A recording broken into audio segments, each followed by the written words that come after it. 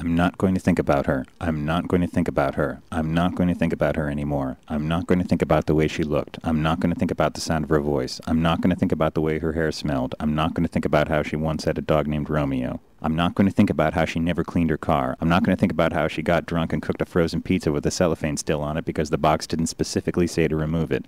I'm not going to think about how she was really pretty good at cooking bacon. I'm not going to think about how she really hated the buzzer on my alarm clock. I'm not going to think about how she was so tiny and delicate that holding her was like holding a little bird. I'm not going to think about how she always held my hand in public. I'm not going to think about how we made a deal that I'd buy her Shakespeare in Love for her birthday only if she promised I'd never have to watch it, but then she made me watch it a few times anyway.